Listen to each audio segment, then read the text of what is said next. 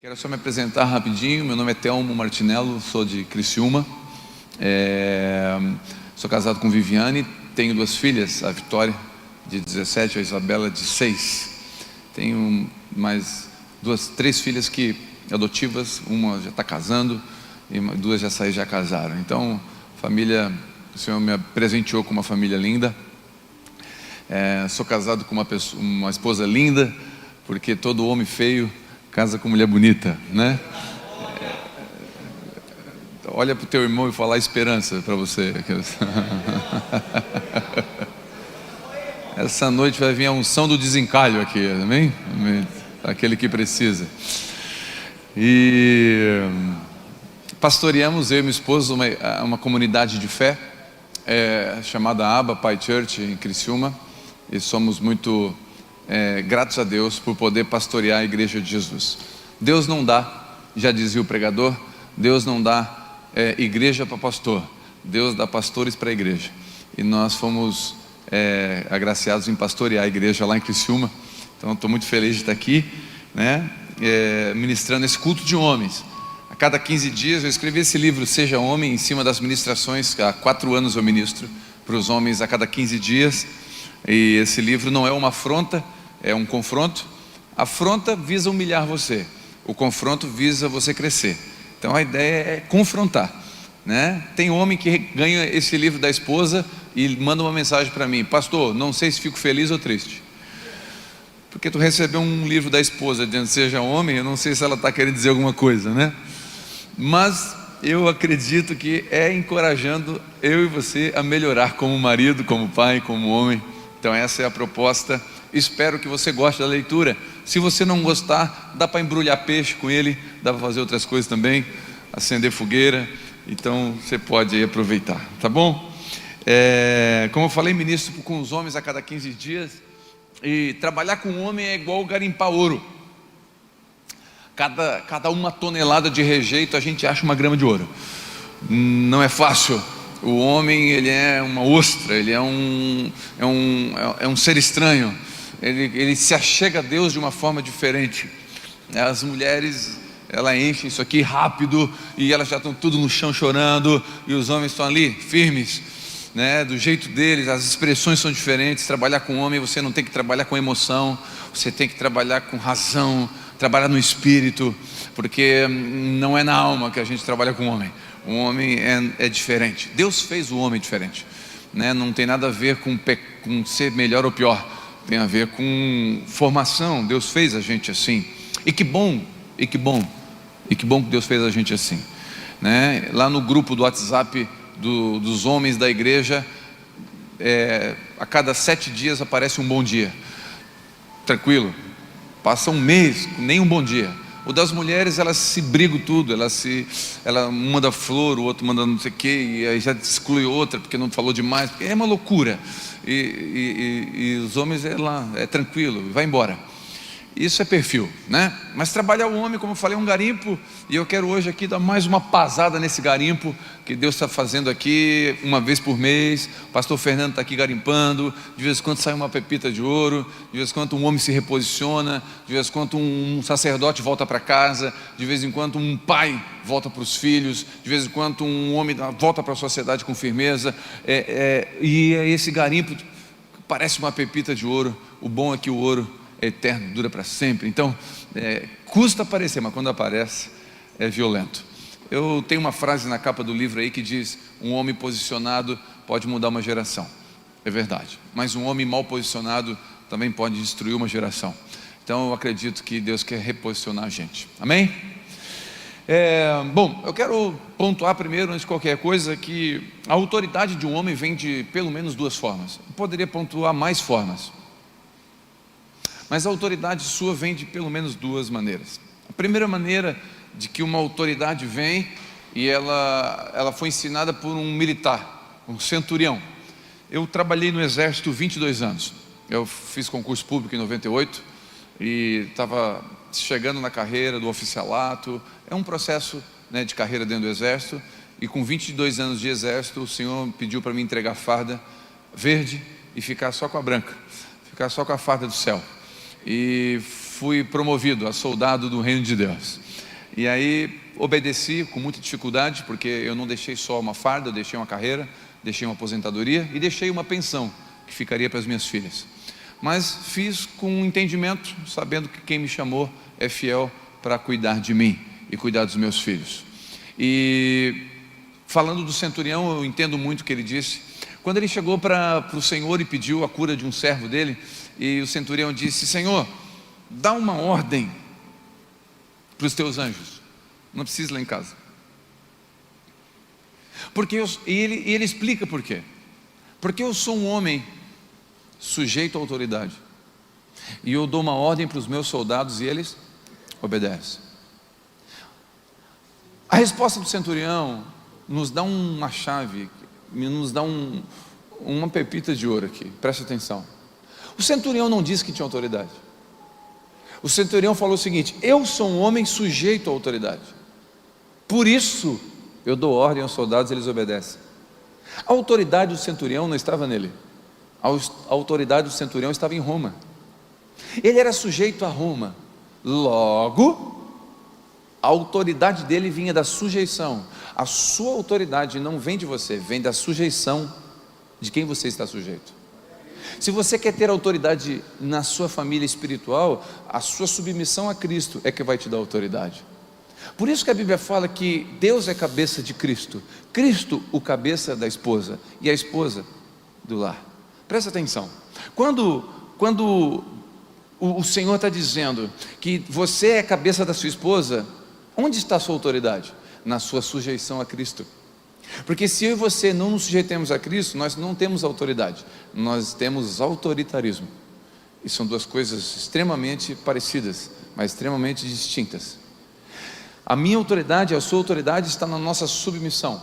Sabe quando que um líder dessa casa tem autoridade aqui? Quando ele está sujeito à autoridade do pastor da casa. Senão ele não tem autoridade. A verdadeira autoridade está na submissão. Então, se eu e você não entendemos o princípio da submissão, nunca teremos autoridade de verdade. Segundo princípio de autoridade está nas cicatrizes, está nas experiências. As experiências nos dão autoridade. Eu estava numa palestra com 400 militares, e na palestra tinha 2 palestrantes. Um dos palestrantes era um general de 4 estrelas. Para quem não está muito familiarizado com a linguagem militar, um general de 4 estrelas é o top das galáxias, é o supra-sumo, é o extremo, é o que mais manda. E tinha um recruta. Para quem também não entende, recruta é o contrário, é o chinelo, é lá embaixo, é o pica-fumo, é o último, é o que menos manda na hierarquia de um quartel, de um exército. E tinha um recruta, presta atenção, e um general falando. Quem falou primeiro foi o general. O general subiu e falou com autoridade, todo mundo respeitou o general, ok? Depois desceu o general e subiu o recruta. Quando o recruta subiu para falar, todo mundo ficou em silêncio e imóvel. O general ficou em silêncio. A impressão que deu que aquele recruta tinha mais autoridade que o general,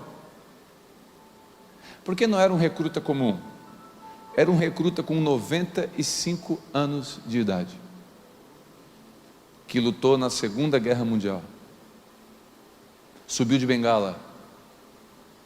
Naquele momento o Espírito Santo falou para mim: filho, presta atenção, quem tem autoridade nesse salão? Naquele instante eu falei militarmente: quem tem autoridade é o general. O Espírito Santo falou para mim: presta atenção, quem está com autoridade nesse momento? E eu percebi que quem estava com autoridade era o recruta. Até o general estava ouvindo com atenção o recruta. Sabe o que eu aprendo aqui? O general sabe tudo de guerra. O general sabe todas as armas usadas numa guerra, todas as estratégias de combate, de defesa e de ataque. O general tem que saber tudo sobre artilharia, comunicações, engenharia, infantaria, todos os tipos de combate. O general tem que conhecer, ele é um general. Mas o general nunca foi para a guerra, ele só tinha o conhecimento. O soldado não sabia muito de armamento, ele conhecia o seu fuzil, mas ele tinha marcas no seu corpo de combate. O que te dá autoridade de verdade não é conhecimento nem diploma. O que te dá autoridade de verdade são experiências com Deus. As suas experiências com Deus vão te dar autoridade. 2 Coríntios capítulo 1, versículo 3. O mesmo Deus que nos consola, nos dá autoridade para consolar outros. Pergunta para uma mãe que perdeu um filho, se ela não tem autoridade para consolar outra mãe. Ainda que nós temos Bíblia e palavras de consolo, aquela mulher vai ter autoridade para consolar. Quando a gente vai sendo trabalhado por Deus na nossa autoridade, Ele vai trabalhando eu e você na nossa autoridade, Ele vai dando experiências e cicatrizes. Então você está vivendo talvez algo violento hoje aqui. Talvez a sua esposa traiu você. Talvez você faliu uma empresa. Talvez você viveu momentos extremamente difíceis, ou está vivendo. Isso gerou em você cicatrizes. Agora, você vai ficar duro ou maduro, é uma decisão sua. Se você decidir amadurecer e permanecer com o Senhor, isso vai gerando autoridade na sua vida, e você vai caminhando, e vai chegar um momento da sua vida que essa autoridade vai ser usada. Há 19 anos atrás, eu e minha esposa passamos por um momento no casamento difícil. Nos separamos por 4 meses. Eram recém-casados, eu e ela. Passamos por um momento bem difícil no casamento, 4 meses separados, dores dos dois lados. Deus foi muito bondoso conosco e a graça nos salvou. Nosso casamento foi restaurado. Quando nosso casamento foi restaurado, a gente não entendeu nada, porque a gente tinha profecia sobre nós, que nós seríamos usados, que Deus ia usar eu e minha esposa para curar pessoas, para transformar casamentos, e nós estávamos vivendo uma crise violenta no nosso casamento. Voltamos um processo de cura difícil. Deus começou a trabalhar no meu e no meu casamento, eu e na minha esposa, e trabalhando. Hoje, se você for lá na aba Pai, se você pegar o direct do Instagram da igreja, o meu e da minha esposa, você vai ver que todo dia tem testemunho assim: através da vida de vocês, o meu casamento foi curado. Por que o casamento de pessoas estão sendo curados através da vida minha e da Viviane? Porque nós temos uma cicatriz. A cicatriz nos dá autoridade para trabalhar naquilo que fomos curados. A glória não é nossa, a glória é daquele que nos curou, a glória é daquele que fez a transformação. Porque eu, por mim, eu não consigo curar ninguém, eu não tenho autoridade para curar ninguém. Você não consegue nem ser pescador de homens. Jesus disse: Pedro, anda comigo e eu te farei um pescador. A sua experiência na terra não se compara com a autoridade que Deus quer te dar nos céus. Você é um pescador de peixes, Deus pode até usar a tua habilidade, mas para se tornar um pescador de homens tem que andar com Jesus. Se não andar com Jesus, você não se tornará um pescador de homens. A glória é dele, ele não divide com ninguém, mas as ferramentas somos nós. Você é o bisturi na mão do médico, você é a caneta na mão do escritor, mas a glória é do autor do livro, não da caneta. Eu duvido você perguntar para mim no final aqui, talvez alguns irmãos queiram que eu dê uma dedicatória. Não vale nada isso aí, tá? Mas tem gente que gosta, tranquilo. Duvido você querer o autógrafo da caneta que escreveu o livro, ou da máquina impressora que imprimiu o livro. Não, você quer do autor. Quando alguém chega para mim ou para você e fala: uau, como Deus está usando você, não esquece, você é só uma caneta. Daqui a pouco a tinta acaba. Quando a tinta acabar, outra caneta vai ser levantada para continuar a escrever a história de Deus na vida das pessoas. Um homem chamado Billy Graham, um homem de Deus, uma caneta usada por muito tempo, acabou a tinta, Deus levou. Então, enquanto você está usando você, não se glorie, porque é Deus usando você. Ele é o autor e consumador da fé, você é só a caneta. Mas deixa Deus usar você, se permite ser usado. Um jumentinho chegou em casa feliz. Mãe, eu entrei em Jerusalém hoje, entrei feliz da vida. Entrei e as pessoas gritavam hosana e jogavam ramos e coisas no chão. Mãe, eu sou o jumento mais famoso, com mais likes e mais seguidores que tem em Jerusalém. Ninguém, eu sou verificado no Instagram agora. É muita gente me seguindo. A mãe muito sábia falou: filhinho, faz o seguinte, vai lá amanhã e entra de novo no mesmo horário. O jumentinho foi lá feliz, entrou, ninguém ligou para ele. Ignoraram, chutaram ele. Ele ficou triste, chegou em casa: mãe, não sei o que houve, de ontem para hoje eu perdi seguidores. Fui cancelado na internet, não sei o que houve. A mãe disse: filho, ontem tinha alguém sobre você? Sim, ontem subiu um tal de Nazaré. Tinha um cara em cima de mim, um tal de Jesus de Nazaré. Filha, não é você, é quem está sobre você. Não tem nada a ver com a gente, tem tudo a ver com Ele. Não é só uma canção isso. A palavra de Deus ensina isso. Então a minha autoridade, a sua autoridade vem deste lugar, onde você se submete a Cristo e você permite que Ele faça cicatrizes em você. Se você fizer uma mala agora para ir para o Nordeste brasileiro, que roupa você vai colocar na mala? Bermuda, protetor solar, chapéu, boné. Sunga não, porque aqui só tem homem, né? Homem usa sunga. Não, estou brincando, tem gente que está amarrado, não, tá, fica tranquilo aí, irmão. Mas roupas de banho, concorda comigo? Mas se eles lá do Nordeste virem para o Sul hoje, essa semana, o que eles vão botar na mala? Roupa de frio. Muito frio. Roupa de frio, cachecol, gorro, concorda comigo? Porque o que está na mala fala sobre o seu destino. O que Deus está fazendo com você hoje é preparando a sua mala. Aí você pensa, mas Deus está atrasando comigo. Não atrasa. Deus trabalhou 30 anos na vida de Jesus para usar 3. Deus trabalhou 3 anos na vida de Filipe para usar 3 meses. Deus trabalhou 80 anos na vida de Moisés para usar 40. O tempo de Deus é diferente do nosso. Deus está trabalhando na sua mochila. Aí você pensa, por que Deus está permitindo isso na minha vida? É só a mochila sendo cheia. Quando chegar no propósito certo, você vai entender por que Ele permitiu tudo isso. Você vai entender por que Ele permitiu tudo isso.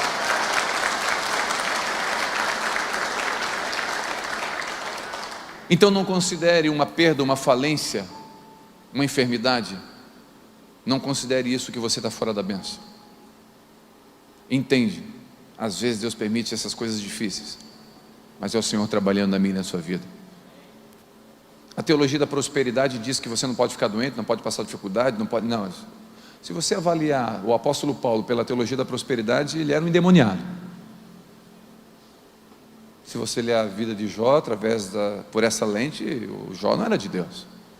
Nós cristãos passamos por coisas difíceis.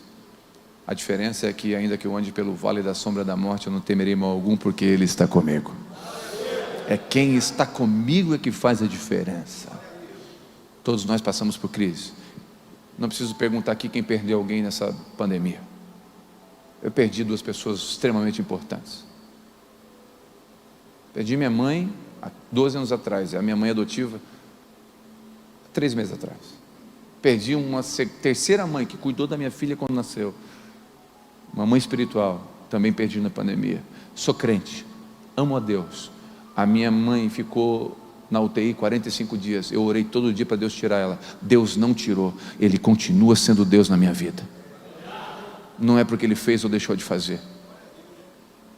Na palavra, a Bíblia me ensina que eu não determino nada. Na palavra, a Bíblia me ensina que Ele é soberano sobre mim. Por isso a oração do Pai Nosso no Getsemane, a oração de Jesus no Getsemane ainda vale. Afasta de mim esse cálice, para ti não tem impossível. Deus é o Deus do impossível, quantos que acreditam nisso? Mas a oração de Jesus ainda vale, seja feita a tua vontade e não a minha. Ainda Ele é soberano, ainda Ele é Deus, e a vontade dEle é boa, a vontade dEle é perfeita, e a vontade dEle é agradável.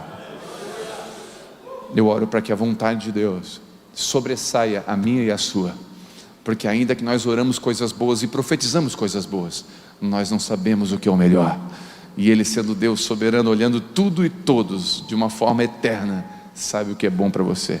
Por isso nós gostamos daquele versículo, e eu amo: tudo coopera para o bem dos que amam a Deus. Tudo coopera para o bem. Tudo no hebraico, tudo no aramaico, tudo no tupi-guarani, tudo no inglês, tudo é tudo. Tudo. Coisas boas e ruins. Tudo coopera para o bem dos que amam a Deus. Amém? Você tem uma palavra? Descansa, pega essa palavra e descansa. José, talvez você vai passar por um processo difícil, mas no tempo oportuno vai se cumprir o que Deus falou sobre você. Ele não mente. Amém? Essa é só a introdução. Posso pregar? Posso? Posso ler a palavra? Agora vamos ler a palavra, porque senão o pastor não me chama mais, né? Que herege aí pregando sem ler a Bíblia. Deixa eu ler a Bíblia, vamos ler a Bíblia comigo. Volta para Criciúma, 2 Samuel capítulo 11.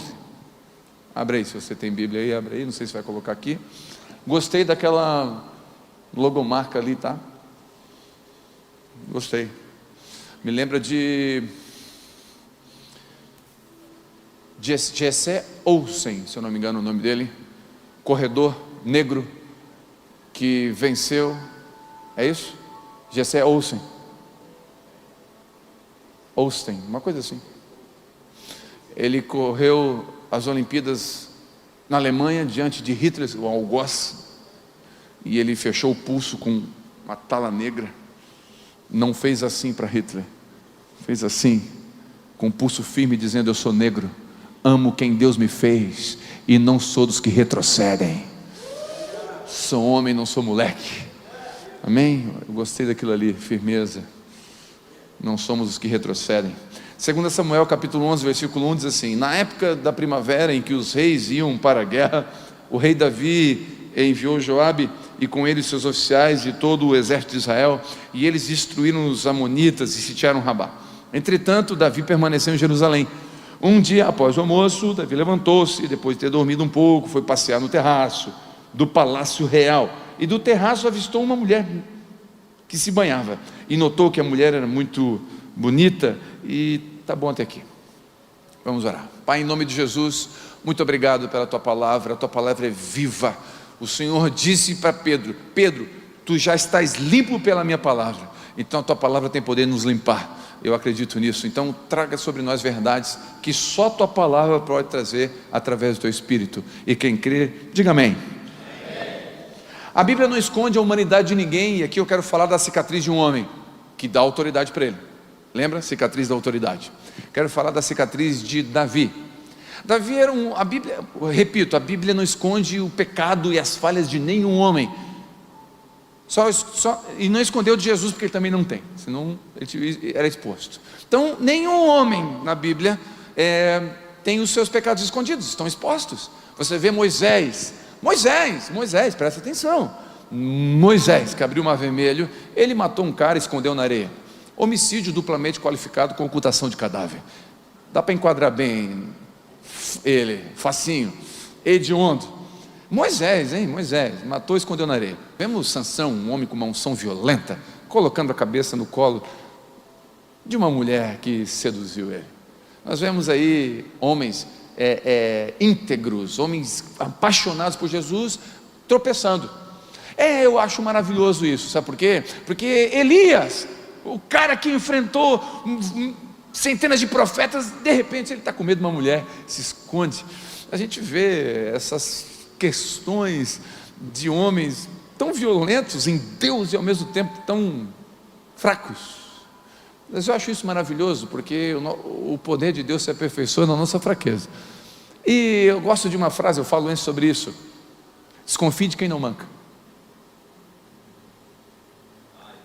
Desconfie de quem não manca. Quando você encontra algum homem ou uma mulher que é muito assim, é muito santo, muito santo, mas santo assim, o cara nunca está mal, o cara nunca está. Cuidado.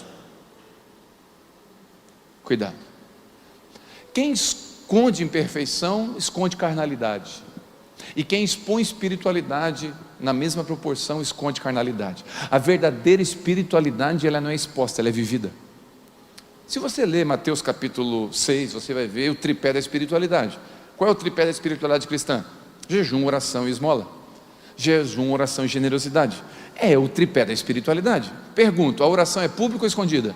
Escondida. Quando orares, entra no teu quarto. Quando jejuardes, lava o rosto, que ninguém perceba. E quando deres esmola, o que a mão direita faz, a esquerda não precisa saber, ok? Então a espiritualidade, ela é vivida, ela não é exposta. Quando nós mostramos uma espiritualidade sempre, aí você vai falar com o cara acabou de perder alguém da família, muito próximo. Meu irmão, força, estamos juntos, Deus é bom, não preciso desta palavra. O cara, cuidado com gente que é espiritual demais. Porque a verdadeira espiritualidade é você dizer: cara, obrigado, eu estou mal, perdi alguém que eu amo. Não tem nada de anti-espiritual ser gente. Não tem nada de errado ser gente. Tiago vai dizer que Elias era homem como nós, mas orou e não choveu. Significa que mesmo sendo gente, Deus ouve as nossas orações. Mesmo sendo falhos, nós temos muros baixos. Você tem muro baixo. Não sei qual é o seu muro baixo. Nós temos muros baixos. Nós temos que acreditar que precisamos preservar alguns lugares da nossa vida. Desconfie de quem não manca. Desconfie de quem mostra espiritualidade. Deixa eu falar uma coisa: a verdadeira espiritualidade se manifesta não só em orar em línguas domingo à noite, mas guardar a língua na segunda. O caráter, escute o que eu vou dizer. O carisma abre porta, o caráter mantém a porta aberta. E nós, como homens, nós precisamos nos manifestar no carisma, nos dons que Deus nos deu. Nós precisamos do caráter para sustentar. A unção é uma espada, o caráter é um escudo. Então, as falhas de Davi, que nós vamos ler aqui, você já leu o texto, você sabe o que acontece na sequência. Ele manda chamar aquela mulher que ele viu. Ele adultera, ele trai um amigo leal. Ele trai um soldado de guerra, Urias, um homem nobre, que não se deita com a sua esposa porque os seus amigos estão na guerra. Um homem com uma nobreza, uma hombridade, uma camaradagem incomparável. Ele manda matar esse cara. Davi foi um sem vergonha. Davi foi um mau caráter. Davi tinha um monte de ovelha e pegou a ovelha de um cara que tinha uma ovelha só. O profeta Natan veio e deu na cara dele. Mas Davi era um homem segundo o coração de Deus, mesmo mancando, mesmo com isso aqui escrito. Irmão, eu não queria isso aqui no meu currículo. Eu não queria essa história no meu currículo. Então vamos aprender com Davi. Primeira coisa, era primavera, época dos reis irem para a guerra. Davi não acordou de manhã dizendo: eu vou adulterar, não planejou separar, ninguém casa pensando em separar. Davi não foi para uma boate, ele estava em casa. Ele não estava embriagado, não estava nem desviado, ele estava na igreja. A grande questão é que não era tempo de ficar em casa, era tempo de guerra. Paulo diz que meninos fazem coisas de meninos e homens fazem coisas de homem. Não tem problema passar 1h30 na frente da televisão, ou jogando videogame, ou vendo série na Netflix, desde que você tenha 12 anos de idade. Não tem problema ficar jogando videogame 3 horas por dia, não tem problema, desde que esteja 12 anos de idade e nas férias, porque em época escolar tem tarefa para fazer. Então não tem problema nenhum você assistir um filme na Netflix, desde que não seja todo dia e a tua esposa no quarto esperando você. Não tem problema nenhum ficar em casa. Qual o problema ficar em casa? É pecado Davi ficar em casa? É pecado ficar em casa em época de guerra. O problema não é ter um videogame. O problema não é ter um lazer ou um hobby. O problema é viver disso em época que é para sustentar a casa. O problema é ficar em casa enquanto o desemprego está na porta e a sua esposa está esperando a provisão e você está em casa dizendo: estou esperando aí, né? Esperando Deus abrir uma porta. Não, aí é época de guerra. Época de guerra a gente não fica em casa. Então o problema não é passar por uma crise e ficar desempregado. O problema é ficar desempregado por incompetência, porque você faltou 7 dias, você chegou atrasado, na semana você chegou 4 dias atrasado. Então você está em casa porque você foi incompetente. Aí não tem problema ir para a rua. Qualquer um de nós pode ir para a rua. Todos aqui podem perder um emprego. Qualquer um de nós pode falir uma empresa, desde que não foi porque você dormia até 10 horas da manhã. Não tem problema nenhum falir. Qualquer um pode falir. Homens bons podem ficar desempregados, desde que não foi porque você ficou vendo pornografia na hora do trabalho, porque daí é época de ir para a guerra, não de ficar em casa vendo isso. Quantos estão entendendo o que o Senhor está falando com a gente? Não tem problema a gente passar por crise, é isso que Deus está falando com a gente. Não tem problema a gente tropeçar, não tem problema a gente no caminho encontrar uma pedra e não ver direito, dar um bicão e saltar o dedão para cima, não tem problema. Desde que você estivesse andando e Deus mandou você andar e você estava andando. Aí você tropeçou, ok, mas você estava andando. Você estava fazendo o que Deus chamou você para fazer. Não tem problema nenhum. Homens, é interessante esse número, homens no Brasil amadurecem com 48 anos de idade, em média. No Brasil, os homens amadurecem em média com 48 anos de idade. Sabe o que significa isso? Que até os 48, em média, nós somos moleques. Nós somos marmanjos de barba. Nós somos irresponsáveis, não assumimos a nossa casa. Não assumimos, achamos que vivemos como solteiros, com 2 filhos em casa. Deixamos o Felipe Neto conduzir os nossos filhos no iPad e não olhamos isso, somos moleques. Eu não estou falando de você, estou falando de mim, estou falando de nós. Estou falando dessa igreja, estou falando da Abba Pai, estou falando da gente, estou falando dos homens. Nós precisamos assumir nosso lugar. Criança faz coisa de criança. Eu gosto de quebrar o gelo quando eu estou no shopping. Eu lembro que quando eu não tinha filho e eu via aquelas crianças fazer bagunça no shopping, aquela reina, não vou, aí o pai pega no colo, ele se larga no braço do pai, e o pai sai com ele atravessado, gritando, aquela vergonheira. E eu dizia assim, se fosse meu filho. Nossa, quem já pensou isso? Aí eu tive filho. Primeira vez que eu levei a minha filha no shopping, ela fez a mesma coisa. Aí eu peguei ela pelo braço, ela se escapava por aqui, as pessoas tudo me olhando, e eu sabia o que ela estava pensando. Ela estava pensando, se fosse meu filho. E agora sabe o que eu faço quando eu vejo não estou falando que não deve corrigir, claro, mas escuta o que eu estou dizendo. Às vezes eu vejo um pai lá apavorado, o filho gritando, eu chego perto do pai e falo, pai, parece criança, isso aí, né? Aí o pai dá uma aliviada, né? Criança, né? É isso aí, pai, é criança. Corrige, mas é normal criança dar essa crise de vez em quando aí. Criança brinca em velório. Você já estava no velório e a criança correndo ao redor do caixão. Pega ele, pega. Passou assim. Falei, meu Deus, pega minha filha lá, ela está correndo ao redor do caixão. Por que criança corre e brinca em velório? Porque ela não tem noção da seriedade do velório. Nós não podemos brincar em velório, nós podemos brincar fora do velório. Nós estamos numa época que o diabo quer destruir a masculinidade dos nossos filhos. E nós estamos brincando de ser crente, brincando de vir na igreja, achando que isso aqui, uma vez por mês, reunião dos homens, é só para a gente jogar um sinuca, comer um negocinho. Aquilo ali é só atrativo, irmão. Você está aqui para receber ferramentas e armas para ir para a guerra. Você está aqui para ser treinado. Você está aqui para cair no tatame, para ser treinado, porque a hora que chegar a guerra de verdade, você está treinado. Quem soa no treino não sangra na guerra. Só que a gente não quer soar no treino.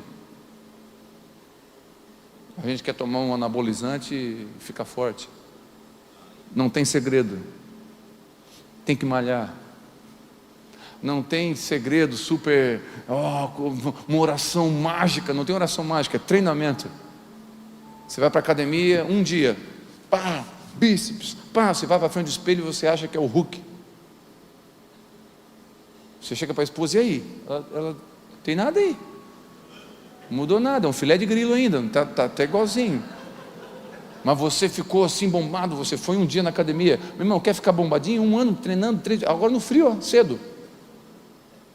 Quando você vê alguém bem sucedido em alguma área, tem coisas abaixo da água que você não viu. Quando você vê alguém bem sucedido em qualquer esfera, tem jejum, tem oração, tem coisa por baixo que você não está vendo. Você tem renúncias que você nem sonha. Aí você fala, nossa, eu quero ser forte igual aquele cara, como é que eu faço? 7 anos de treino ele tem. Como assim? 7 anos. Recusando algum tipo de comida, comendo uma alimentação diferente, acordando 6 da manhã, antes do trabalho.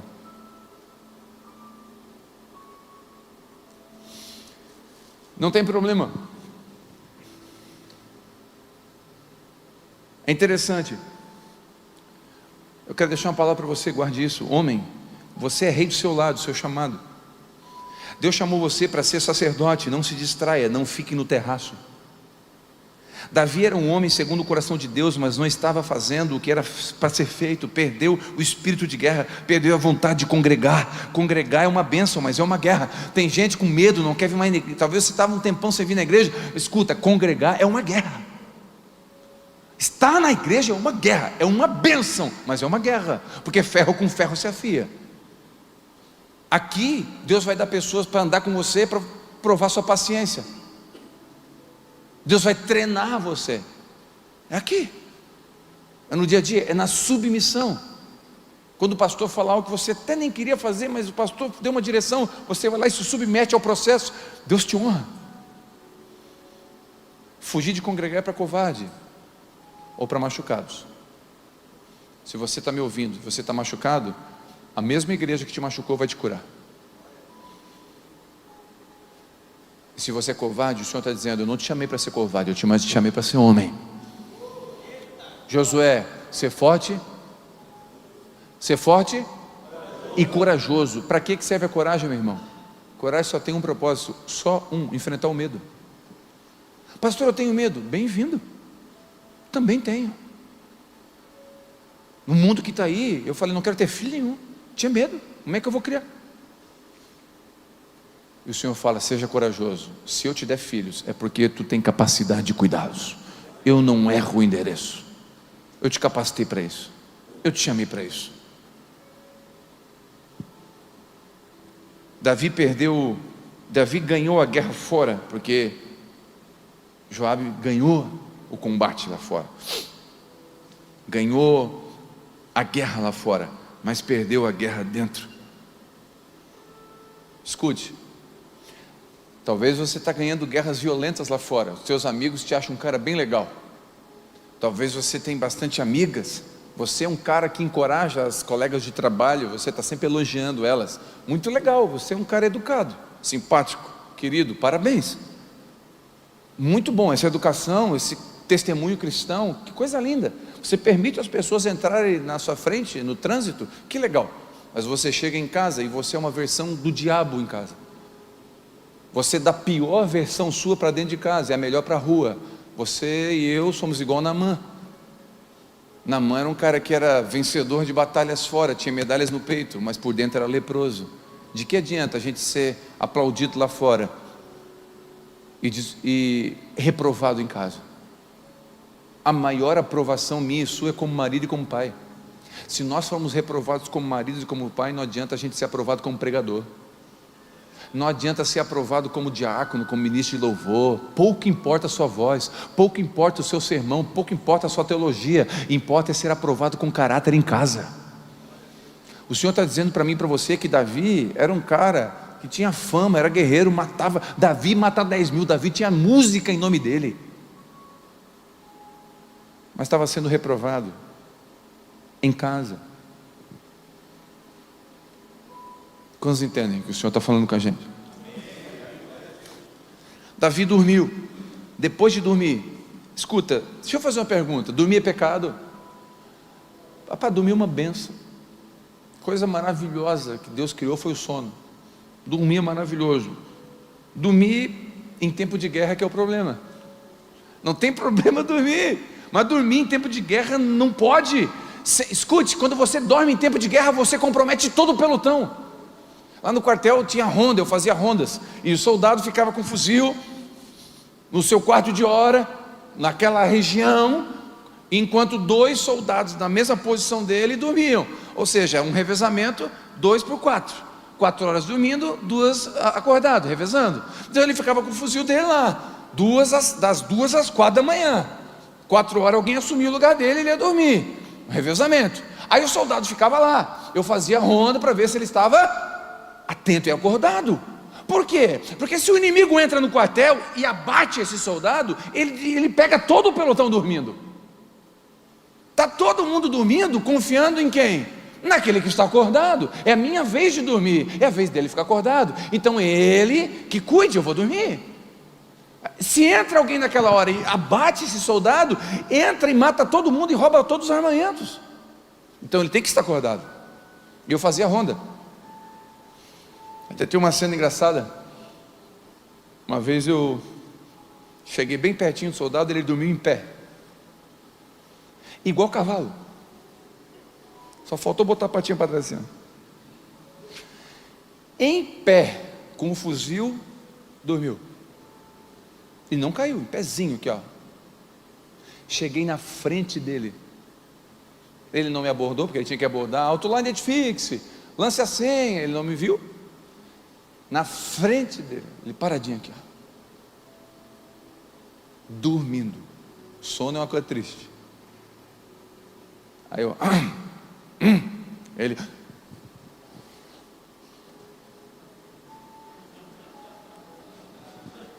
sem vergonha, cara de pau, fez de conta que estava rezando,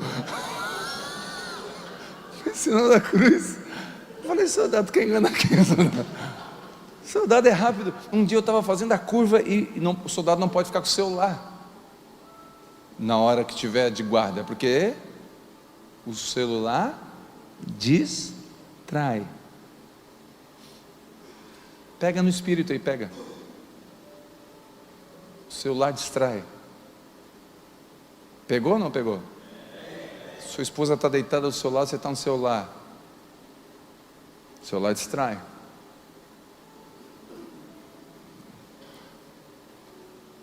Aí o celular, eu vi o soldado com o celular na mão, e quando eu virei a esquina, ele me viu, ele jogou o celular no mato assim. Aí eu fui chegando, ele se apresentou, serviço sem alteração. Eu falei: tudo bem, mas eu vi um celular aqui. Não,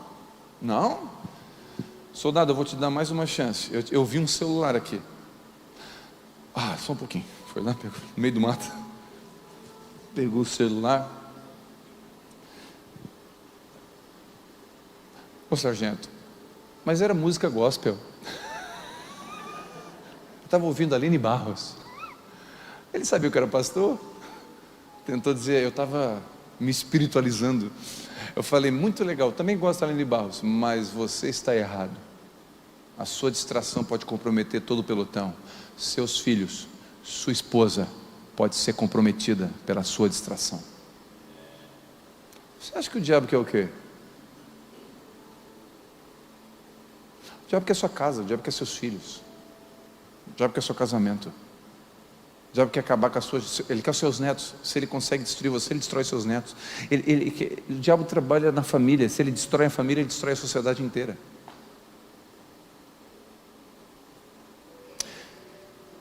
Dormir não tem problema, mas não dormir na hora e lugar errado. Sua família pode ser sacrificada. Não durma, você não é mais menino, você é um homem de Deus. Posso ouvir um amém? Não?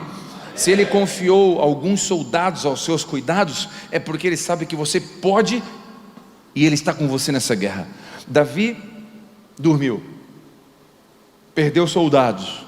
Davi sofreu a consequência de dormir em tempo de guerra, e as consequências vêm. E eu pergunto, qual a postura de um homem de Deus quando vem a fatura do cartão, quando dorme, quando vacila? E talvez alguém entre nós aqui está sofrendo consequências de escolhas erradas, consequências de posturas erradas, consequências de decisões erradas, consequências de pecados. Escute, que postura Davi nos ensina. 2 Samuel 12:15. Então Natã foi para sua casa depois que o Senhor feriu a criança, que a mulher de Urias deu a Davi. Escute, a mulher era de quem? A mulher era de quem? De Urias. Só que Davi teve um filho com ela. E aí, a criança da mulher de Urias que Deus dera a Davi, de sorte que adoeceu gravemente. Davi, pois, buscou ao Senhor pela criança. Davi buscou pela criança e observou um rigoroso jejum. Recolhendo-se, passava a noite prostrado em terra. Então os anciãos da sua casa se puseram do lado dele para fazer levantar a terra. Ele não quis, nem comeu com eles. Ao 7º dia, a criança morreu. Temiam os servos dizer a Davi que a criança tinha morrido, pois diziam: sendo a criança ainda viva, nós falávamos, porém ele não dava ouvido a nós. Como, pois, diremos que a criança morreu? Poderá cometer um suicídio. Davi, porém, percebeu que seus servos cochichavam entre si, e entendeu que a criança havia morrido, pelo que perguntou aos seus servos: morreu a criança? E eles responderam: morreu. Então Davi se levantou da terra, lavou-se, ungiu-se, mudou as vestes, entrou na casa do Senhor, adorou, depois veio para casa, pediu o que comer, lhe deram, ele comeu. Escute, aqui eu quero aprender com Davi como agir em dias que a gente tem colheita das nossas posturas erradas. Primeiro, Davi buscou a Deus pela criança, não por ele. Mesmo com todos os erros, insensibilidade, crime, Davi buscou a Deus em oração. Escute, não importa o que você viveu, deixou de viver, ou o que fez até chegar aqui, não importa, não sei, não conheço você, talvez você está aqui visitando, você usou cocaína antes de vir para cá, não importa, se você decidir orar a Deus, Ele vai ouvir a sua oração. Davi, mesmo sendo ele conhecedor de que é consequência do erro dele, ele buscou a Deus, por quem? Pela criança, não pelo ministério dele. Não buscou pelo, e agora, o meu ministério na igreja, não estou nem aí para o meu ministério na igreja, eu não posso perder o meu relacionamento com Deus. Davi buscou pela criança. As meninas que se entregam sexualmente antes dos 15 anos, 80% delas não tiveram um pai presente. Tiveram um pai vivo talvez, mas não presente. Talvez você tenha dado bastante presente para os seus filhos, mas os seus filhos não querem seus presentes. Ele quer você presente. Eu provo para você. Eu e minha esposa pregamos nos presídios e penitenciárias de Criciúma há anos. De cada 10 presos, 7 é filho de crente. Agora nós tivemos um serial killer no Brasil. Olha o nome dele. Qual é o nome dele? Lázaro, nome bíblico. Quem foi que deu esse nome? De cada 10 presos, 7,5, quase 8, quase 80% é filho de crente. Elias, o maluco? Não, Elias é o profeta, mas ele se tornou um maluco. Sabe o que os presos falam? Eu não quero saber da igreja. A igreja foi amante do meu pai. Eu esperei por anos o meu pai ir numa apresentação na escola minha. Ele, pai, nunca foi, porque ele tinha ensaio do coral na segunda, tinha culto de doutrina na terça, reunião de diaconato na quarta, quinta de propósitos, sexta de oração, sábado dos jovens e domingo de escola dominical. E eu era obrigado a participar de tudo isso, mas ele nunca foi numa apresentação da minha escola. Eu não quero a igreja do meu pai.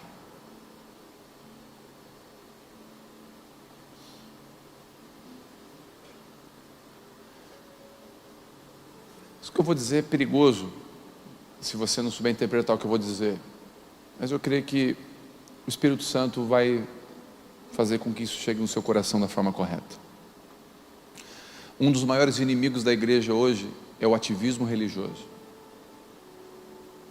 onde homens e mulheres passam 5, 6, 7 dias aqui na igreja à noite, trabalham o dia todo, à noite vem para a igreja, uma coisa, outra coisa, e os filhos estão largados. E aí a mulher, ela não casou com o diácono, e ela tem só um diácono agora. O marido não casou com a diaconisa, casou com a esposa. E eles não têm uma noite mais de intimidade. Em 2002, quando eu quase perdi meu casamento, eu estava enfiado na igreja 7 dias por semana. Sabe por quê?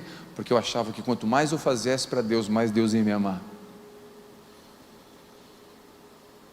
Com o tempo eu descobri que Ele me ama, independente do que eu faça.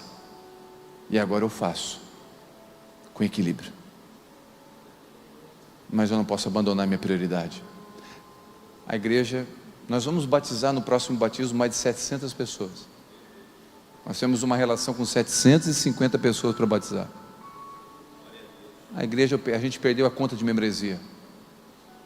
Toda semana eu tiro um dia da semana à noite, eu e a minha esposa, nós saímos para jantar. Se tem dinheiro, é um jantar top. Se não tem, um x-salada partido. Não importa. Importa é eu cuidar da minha casa. Importa é eu não deixar a igreja engolir, e as minhas filhas daqui a pouco dizer: eu não quero saber da igreja do meu pai. Eu não vou perder o que Deus me confiou. Eu não vou perder o que Deus me confiou. E o que Deus te confiou em primeiro lugar é sua esposa e seus filhos. Se você é solteiro, seus pais. Na sequência, a obra do Senhor, mas com equilíbrio, porque o ativismo religioso é perigoso. O que eu vou dizer aqui, não façam isso aqui, a não ser que o pastor Fernando mande.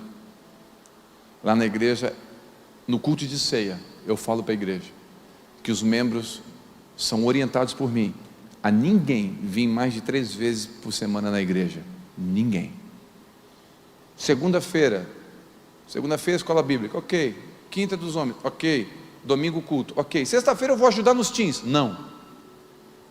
Vai sair com a tua esposa, vai sair com a tua filha, vai no cinema com o teu filho, vai jogar bola com ele, vai visitar a sua avó, que desde que você se converteu você abandonou ela, vai visitar o seu tio, vai visitar o seu amigo, aquele amigo do mundo, aquele do mundo, vai lá ser luz na vida dele. Não precisa ir para o bar mais, não precisa ir para a noite mais, mas pode ir na casa dele. Nós nos tornamos crentes e nos isolamos do mundo, mas a luz brilha onde? Nós precisamos voltar a ter amigos, voltar a se relacionar, e a nossa vida vai pregar. Luz não fala, luz brilha. Não, mas eu quero uma oportunidade de pregar. Brilhe primeiro. Vou dar um testemunho para você. Eu estou jogando futebol na terça-feira à noite. Jogando futebol não, eu não jogo futebol, eu dou show. Todo domingo à noite eu peço música, sabor de mel. Na terça-feira eu jogo bola lá, e tem um marroquino, ele fala bem pouquinho português, muçulmano. Eu brinco com ele, eu chamo Messi de Marrocos. Ele brinca, tal, fala um pouquinho, muito pouquinho português, mas fala, entende, se comunica. Todo final do jogo, 11h30 da noite acaba o jogo. Fominha não tem horário, né? Acaba o jogo 11h30, ele está lá com o celular pedindo Uber. Eu vi isso uma vez, duas, na terceira vez eu parei. Onde é que você vai? Ah, moro aqui e tal. Entra aí, vou te dar uma carona. Ah, muito longe. É caminho da minha casa. Caminho nada, é contramão, do outro lado. Ele não sabe mesmo? Aí eu botei no carro, levei. No outro dia botei no carro, levei. Nada. Não falei de Jesus, de nada. Só dei carona para ele. Na terceira vez, o que você faz? Aí eu falei assim: eu sou militar, aposentado. Militar da reserva. Ok. Passou mais 2 vezes que eu levei ele. Eu estava recebendo uma ligação. Ele assim: você está trabalhando agora? Eu falei: não, eu sou pastor também. Aí ele travou. Como assim? Eu falei: eu sou líder da igreja cristã, como o Cher da igreja da mesquita. Você é como o Cher da mesquita, entendo. Ok, que legal. Mas ele deu uma travada no Windows dele. Aí foi indo a conversa, eu perguntei: você já foi numa igreja cristã? Ele falou: eu não posso. Se eu for lá no Marrocos, eu traí? Falei: ok, aqui no Brasil? Nunca fui. Falei: ok. Na outra vez que eu dei carona, ele: onde é a igreja sua? A igreja fica assim, em tal lugar. Vai lá um dia visitar. Ele: quando tem culto? Falei: domingo. Que horas? Falei: tal hora. Eu vou lá. Eu falei: não quer perder a carona, né? Duvido que ele vai. Domingo eu estou anunciando na igreja os visitantes. Levante sua mão, você que visita pela primeira vez. Lá no fundo levantou Mohamed. Eu falei: quem está aí? Mohamed, de Marrocos. Bem-vindo. Terminou o culto, ele veio e me deu um abraço. Gostei muito do que eu ouvi, vou voltar aqui. Não preguei para ele, dei carona.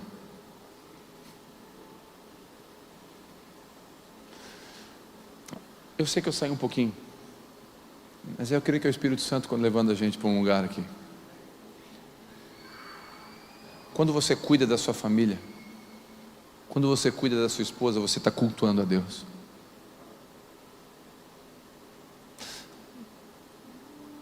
Desde a minha filha é pequenininha, eu vou no cinema com ela.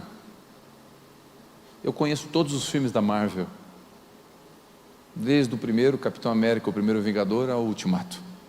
Sei a sequência dos filmes, sei todas as falas, sei todas as magias, assisti todas as séries do Loki. Eu não sou uma variante, só quem assistiu sabe o que eu estou falando. Resumindo, pastor, você decidiu estudar Marvel? Não, eu decidi ficar com a minha filha. A minha filha não precisa do pastor, ela precisa do pai. Minha filha tem 17 anos, nunca deu um beijo no menino, e fez um voto, ela e Deus nunca pediu para ela fazer, de cortejar e dar o primeiro beijo no altar. Ela está terminando o 2º grau, quer ir estudar nos Estados Unidos. Sabe o que ela quer estudar? Escola pastoral. Pergunta se eu obriguei ela a ser pastora. Só quis ser pai. É Deus que está fazendo na vida dela. O meu lugar é ser pai. Tempo atrás um menino chegou na escola no ouvido dela e falou assim: daí gatinha, sabia que tu é uma princesa? Ela assim: sabia. Meu pai me fala sempre isso. Perdeu o playboy. Já era. Agora, se ela tivesse a ausência de um pai vivo, ela ia dizer: uau, nunca ouvi isso. E talvez ela se entregasse. Quantos estão entendendo o que o Senhor está falando aqui? Então talvez você ir assistir Vingadores com seu filho e com a sua filha é tão espiritual quanto vir na oração dos homens na segunda-feira, 6 da manhã. Por favor, entenda que uma coisa não substitui a outra, mas são prioridades. Davi não priorizou o que tinha que priorizar. Davi dormiu na hora errada. Davi não foi para a guerra quando tinha que ir. Davi brincou com o sagrado. Davi ficou tão preocupado com o extraordinário que esqueceu do ordinário. O ordinário é maravilhoso. É o dia a dia, é o café da manhã, é o almoço com a família. Nós damos a volta no oceano para rever um amigo, mas não passamos a mesa para abraçar o nosso filho.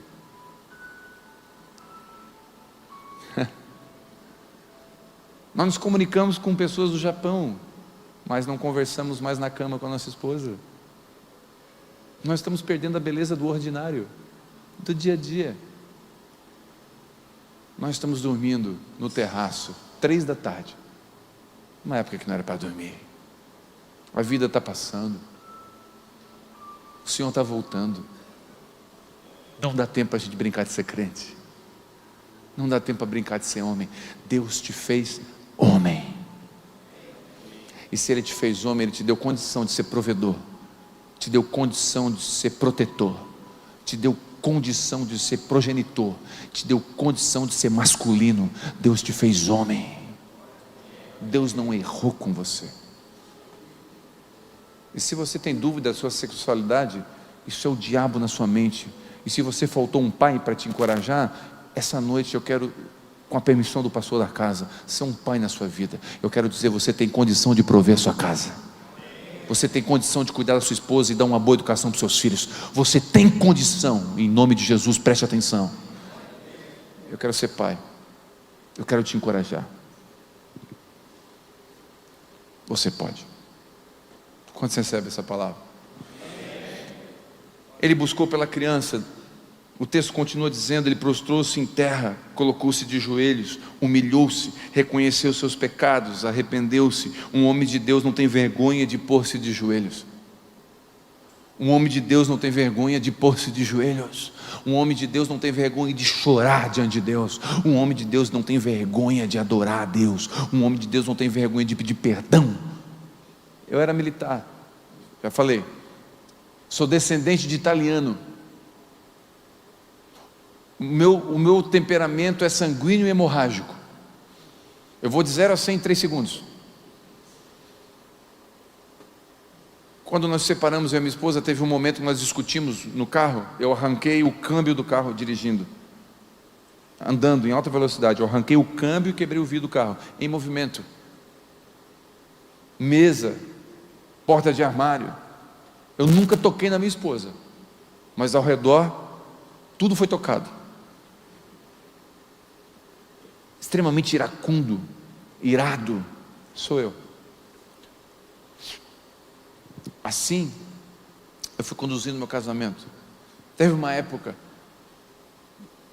descendente de italiano, né? Ó, munheca de samambaia, avarento.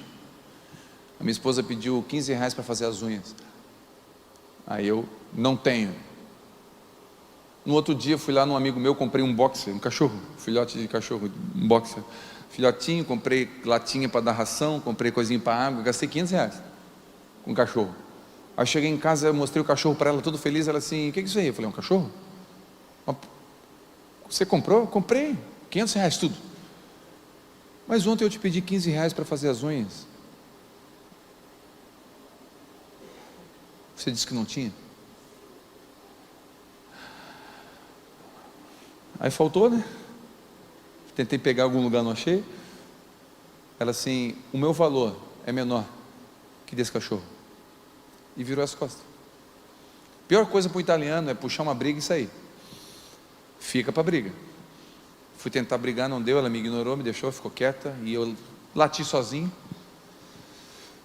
Fui para o quartel, no outro dia de manhã. Tem um cara muito legal, vocês conhecem ele, Espírito Santo. O Espírito Santo encostou do meu lado, eu fardado. Bom dia, filho. Bom dia, Pai do Senhor. Pai do Senhor. Cristo amou a igreja como você está amando a sua esposa? Eu vou resumir. Eu passei o dia inteiro chorando. Eu passei vergonha na frente do soldado, na frente dos superiores, porque eu não conseguia parar de chorar. Cheguei em casa, Deus falou comigo para me fazer algo. Eu não sou de ato profético, nem acredito muito. Mas naquele dia Deus pediu para mim fazer para mim mesmo. Me ajoelhei nos pés da minha esposa, chorando. Arranquei todas as minhas divisas. Pedi perdão para ela, falei, eu estou te tratando como soldado. Eu não estou te amando como deveria. Irmãos, escute, foi a maior vergonha da minha vida. Militar, italiano, ajoelhado aos pés de uma mulher. Isso não cabe, não roda no meu Windows. O sistema operacional é outro. Não roda. Aquele dia Deus estava mudando a minha vida. A partir daquele dia eu comecei a mudar o tratamento com a minha esposa. Mas eu precisei me humilhar. Talvez essa noite você precise se humilhar e dizer, eu sou moleque. Eu estava pregando isso num culto. Um senhor, 55, jovem senhor, 55 anos de idade, jovem senhor, ouviu essa frase: larga o bico e pega a espada. Estava ministrando sobre isso. Ele estava separado há 4 anos da esposa, traiu com uma mulher e estava andando na vida louca, e a mulher sozinha. Deus falou com ele, seja homem, se humilha, vai lá, pede perdão para ela. Ele foi para casa, se ajoelhou aos pés da esposa e falou assim, eu quero só uma chance de deixar de ser moleque e ser homem e te assumir como nunca te assumi. 20 e poucos anos de casado, jogados fora, estava 4 anos separado. A esposa levantou ele, perdoou ele, faz 2 anos, o casal está na igreja. O casamento foi restaurado de 4 anos. Sabe o que ele fez de grande para restaurar o casamento dele? Uma atitude, assumiu que era menino, se ajoelhou para a esposa e pediu perdão. Um homem de Deus é um homem que se ajoelha. Um homem de Deus não teve vergonha nenhuma de chorar. Um homem de Deus não tem vergonha nenhuma de bater no peito e dizer, eu sou moleque, eu não sei conduzir a minha casa, eu não sei cuidar dos meus filhos. Um homem de Deus, ele tem coragem de assumir o que não consegue fazer. Ele ajoelhou-se,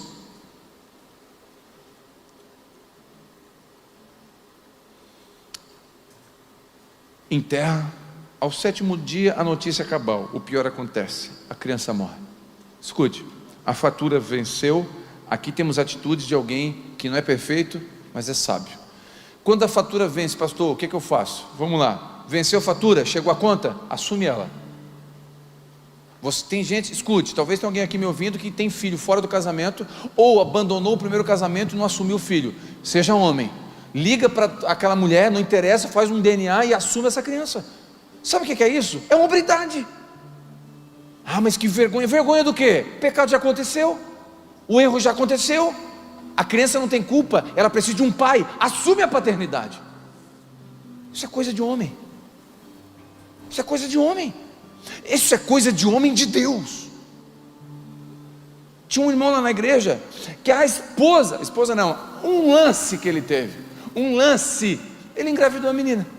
Quem estava aí na igreja? A menina. Com quem? Com a criança de 1 ano de idade já. Começou a ir na igreja, e ele na igreja, e o filho lá, só ele sabia que era dele. Ninguém, a família não sabia, o pai não sabia, os avós não sabiam, ninguém. Ele não assumia a criança.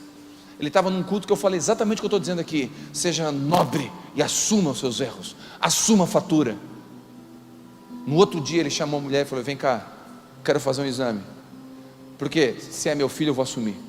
Fez o exame, era filho dele, registrou no nome dele, mostrou para toda a família. Agora a criança tem avós e a criança tem um pai, a criança tem alguém perto, está crescendo com paternidade, ainda aqui um pouco distante, está crescendo com paternidade. Ele está começando a mudar a geração dele através de uma atitude.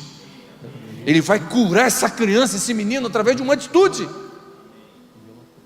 Então, escute, eu não quero que você se emocione, eu quero que essa noite talvez você se posicione e diga: peraí, eu sou um homem de Deus, então essa é a postura minha, e as consequências não importa, o Senhor é comigo. É comigo. Se eu sou réu, confesso, Ele é comigo. Eu sei que já está passando o tempo, mas eu só quero encerrar. Davi levantou-se, não tem mais o que fazer, não tem mais solução, não tem retorno. Levanta, sai daí, deixa esse quarto escuro, sai desse lamento. Não tenho o que fazer, pastor, eu perdi meu casamento, agora minha esposa já casou de novo, eu não tenho o que fazer. Então levanta. Não tenho o que fazer, levanta, te arrepende e vai para frente. Ah, minha empresa faliu e agora eu estou lá. Tem gente que está preso em 1.400 em Guaraná de rolha, uma vez que um pastor te machucou, te ofendeu, e não, resolve isso e vai para frente. Não tem solução mais, o que vai fazer? Não tem o que fazer. Se tem o que fazer, faz, mas se não tem, levanta. A criança morreu, levanta.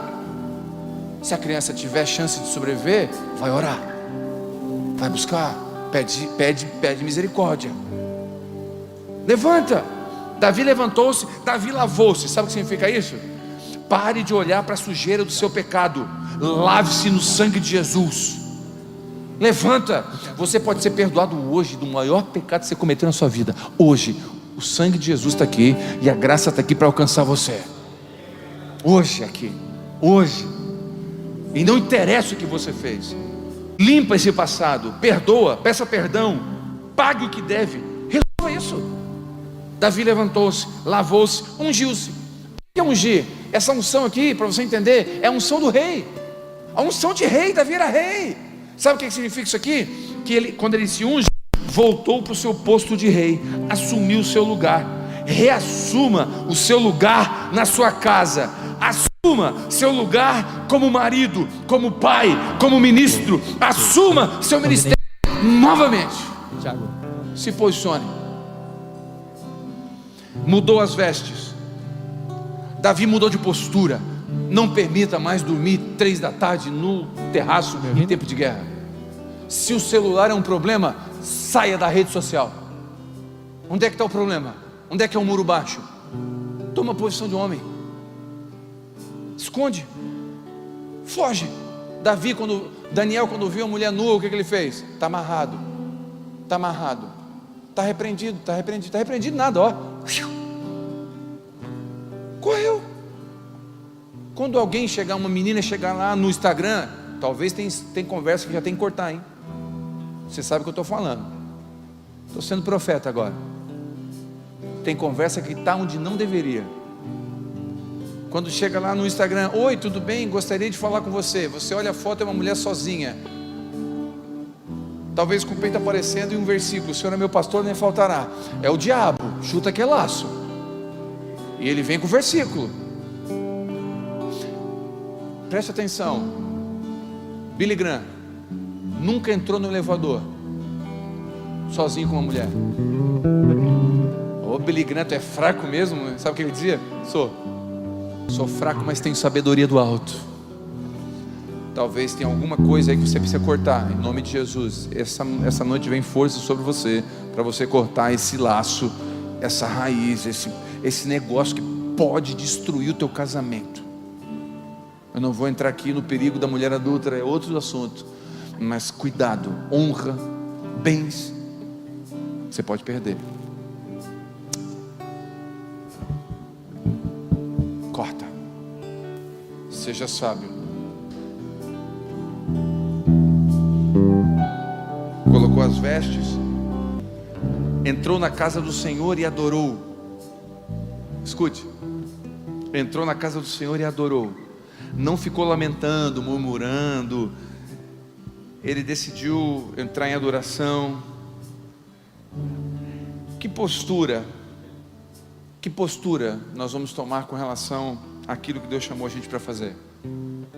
Essa noite, talvez você vai ficar só com uma frase, só com um texto, mas eu estou falando para homens, não estou falando para meninos, estou falando para homens.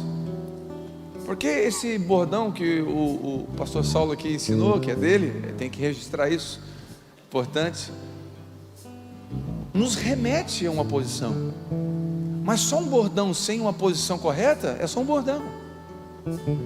Aí dizer: não tem menino aqui, tem homem. Então tá, quando sair na porta, quando a sua esposa precisar de um posicionamento, de uma decisão, irmãos, tem homem que mora numa casa de 2 andares, tem um barulho lá embaixo no porão, ele fala: vai lá mulher, vai lá mulher. Ele não é homem para nada. O que precisa de mim e de você? Um posicionamento. Você é homem.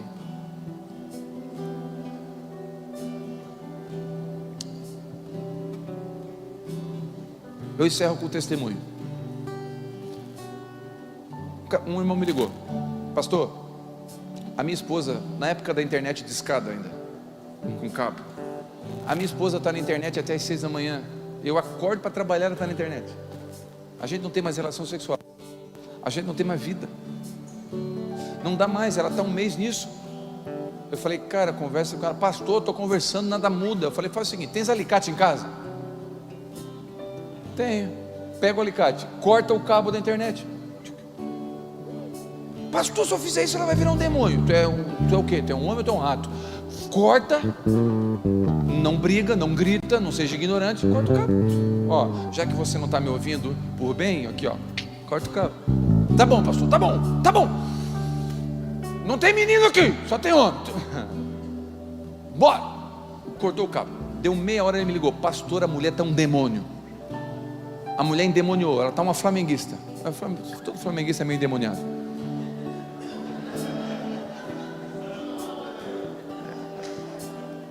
Você é flamenguista? Não, vascaíno. Perdi a oferta, hein? Escute. Ela está endemoniada aqui, pastor, o que eu faço? Faz nada.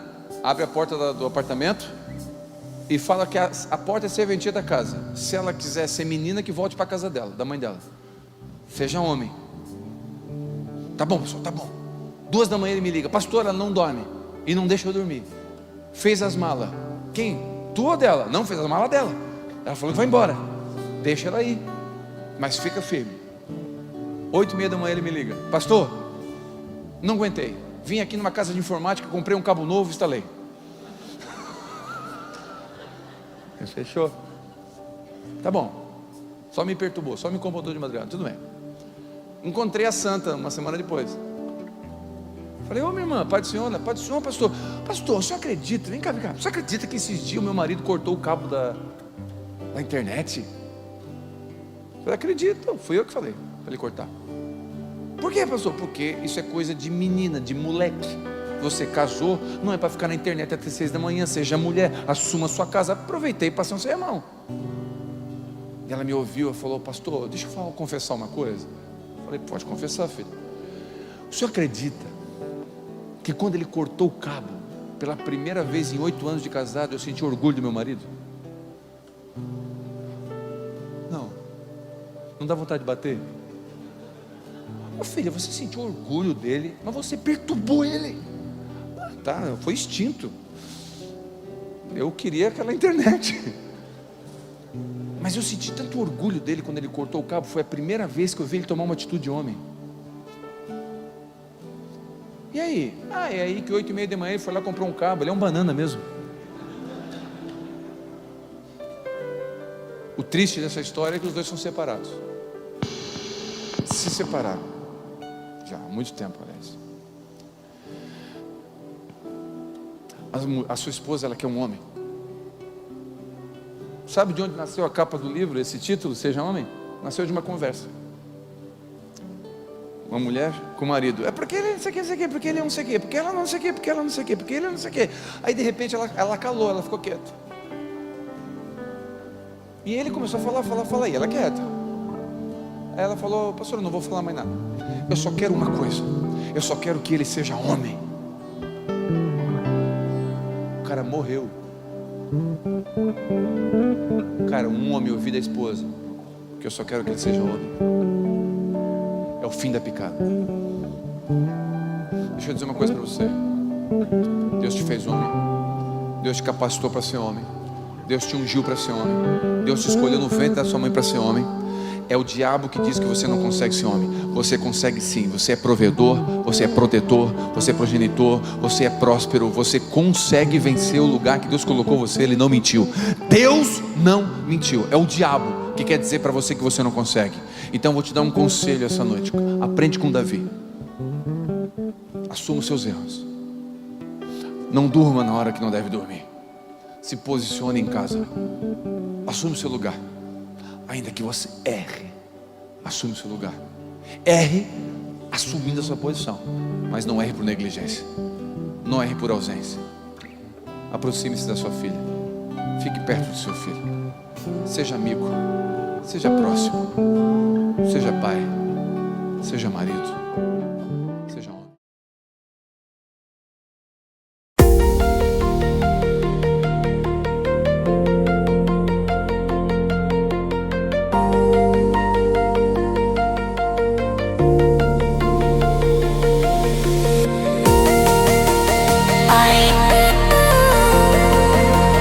Yeah.